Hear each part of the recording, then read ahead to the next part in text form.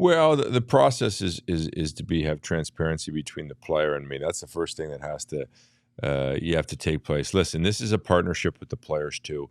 You're not going anywhere in the NHL unless you have a good partnership and a good honesty with players. They might not always like what you have to say, but I think it's important.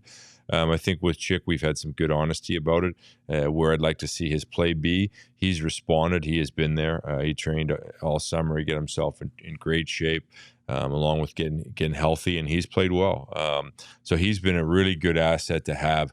And there's been openness between myself and his management about where he could move, and if that comes to fruition, then we'll do that. But if not, then he's a Coyote, and we've had a certain ask, and we've stuck by that ask.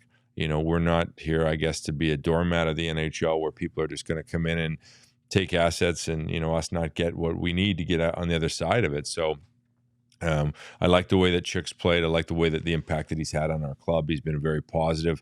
So for us, we obviously we listen to teams and we'll go from there. Is it conceivable that he's here past the deadline, past the draft even? Yeah, it could be. It could be. Absolutely. Well, I mean, it's due to what the NHL needs. It's due to what teams have injuries, who can fit them in. It's a tricky world out there with the cap. It's like everybody thinks, oh, you do this, you could trade him here. There's the cap.